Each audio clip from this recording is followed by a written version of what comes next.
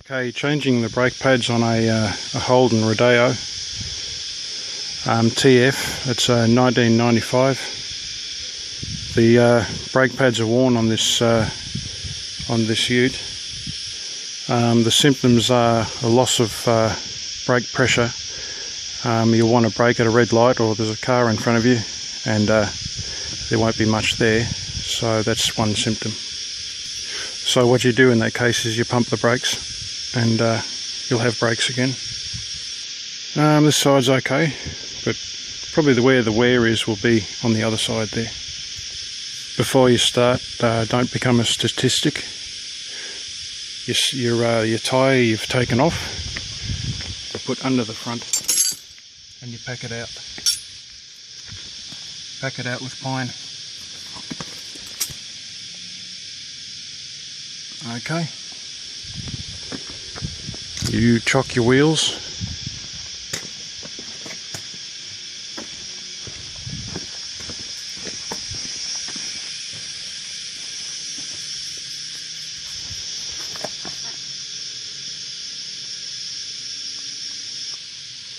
And don't rely only on your jack stand, because it would be very painful if you're working under the car, you've got your leg under here and it drops down. You'll lose your leg or you'll crush your lungs.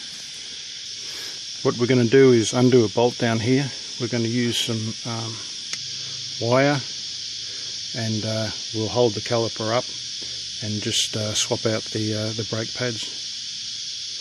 These are the brake pads.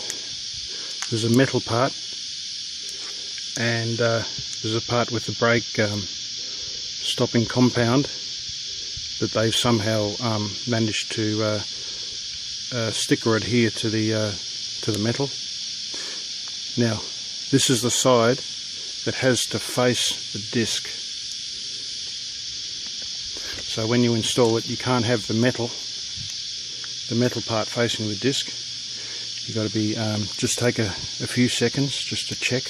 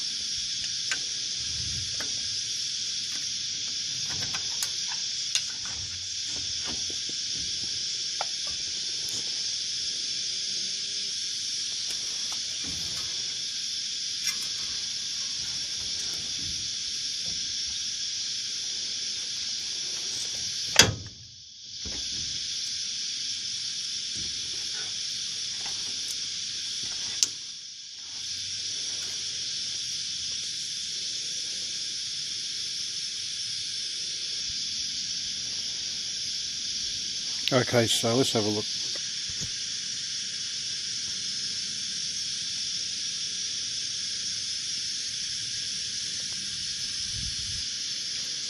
Okay, so as we can see, that's the metal part there. That's the brake pad. That's the metal on the outside, and that's the brake pad there. So unfortunately, these have worn down to a point where they should have been replaced earlier. Okay, so they just come out of their supports there and there. Actually, looking at it now, it's actually not too bad. A lot of people let them wear down more than that. I'll have a look at the other side. If it'll come out, yep.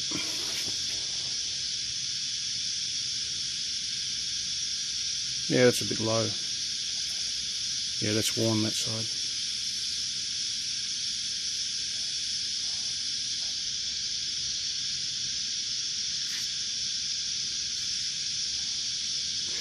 That's where the piston pushes against the brake pad, pushes it against the caliper.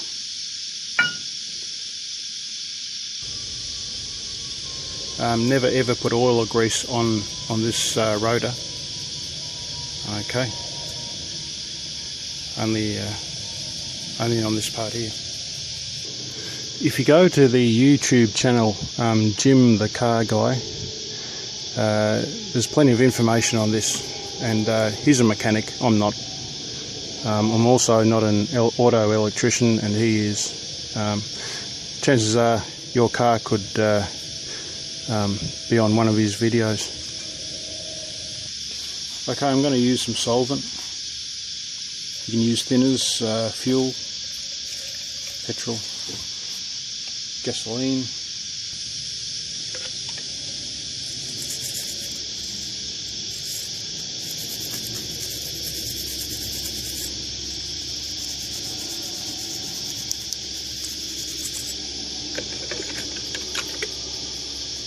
Theoretically, this is the only area here that has to be cleaned, but if you're going to do something, you may as well do it properly and do all around.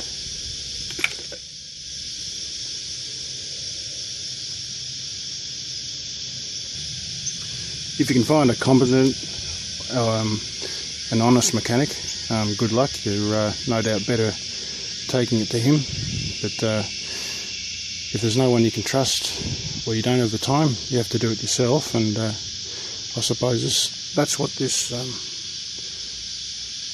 video is for.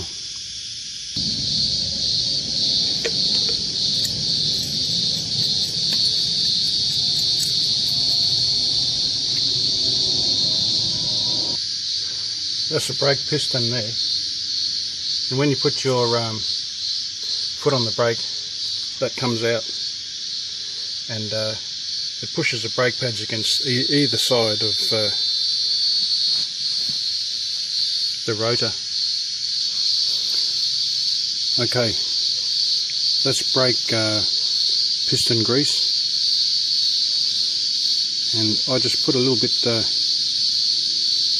in and around there.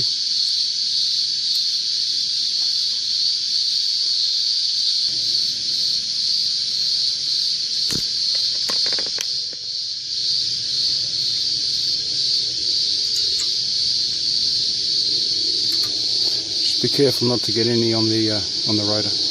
I'll do the same with the other one now. Okay, here's the thing about these brake pads. It's got this floating mechanism on the bottom, and that replaces this here. So what do? Do I take this off and have this floating, or do I remove this part here and have it as stock standard design?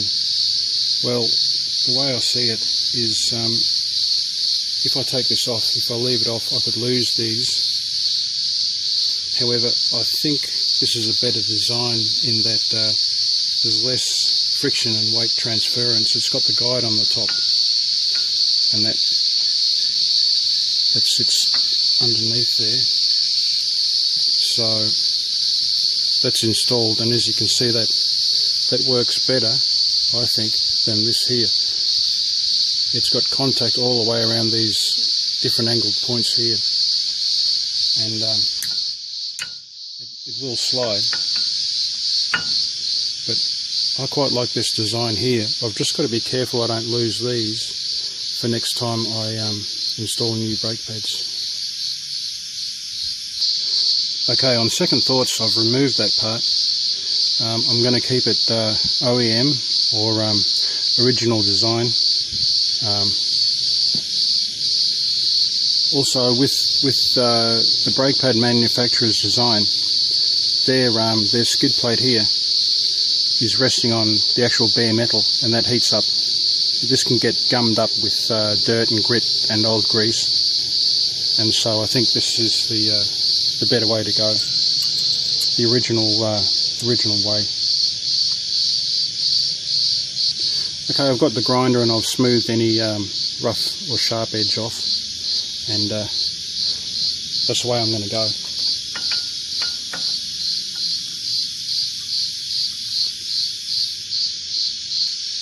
When installing the brake pads, this part, the brake pad caught on this lip here, on the edge, and bent it in. So that could have been a real problem if I hadn't noticed. So I'm going to straighten that out, so that's should be good now. Okay, they're both on. I'm finding these hard to install, but especially the back one. I had to tap it with a hammer. I tried everything for a fair amount of time, but when I tapped it with a hammer, it just went in, and it's seating properly on the rotor, so it's all good.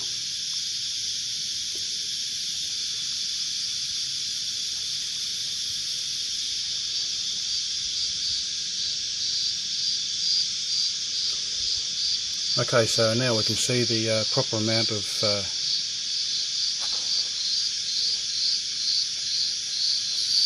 disc padding there. So, okay, the next job is to push the piston in so that this can come back down and around on the discs. Okay, this is the reservoir for the brake system. I'm just going to remove the lid there. As I push the piston in, some oil will come up.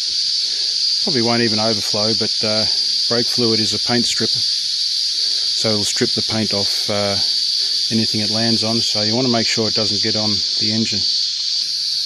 Okay, I managed to push the piston in. Being new discs though, it's got to seat right back, so I've just used the U-clamp for that, and I did have to get a bit of extra torque on that, and I just slipped that over there, and but I managed to turn it enough to break the bond and push the caliper back. Okay, job done. So that now sits down over the brake pads and the rotor. So I haven't lost my part because I put it in the container. So yeah, screw that in, tighten it up, Bob's your uncle.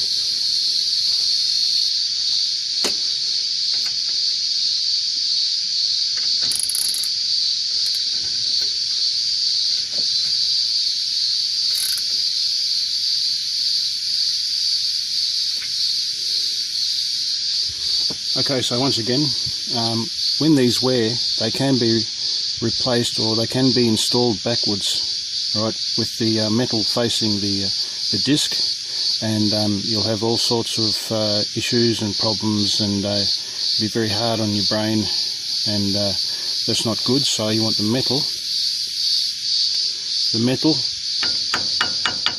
sticking away from the caliper.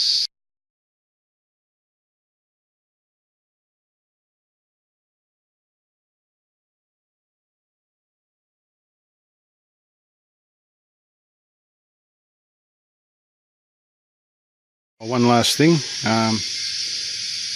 that's how high the reservoir is now. So if you're doing the other side, you would have an overflow. So yep, she should be good. I'll let you know if she isn't, or if this video is up, then this work is good. Okay, the other side's finished now. So that's it there.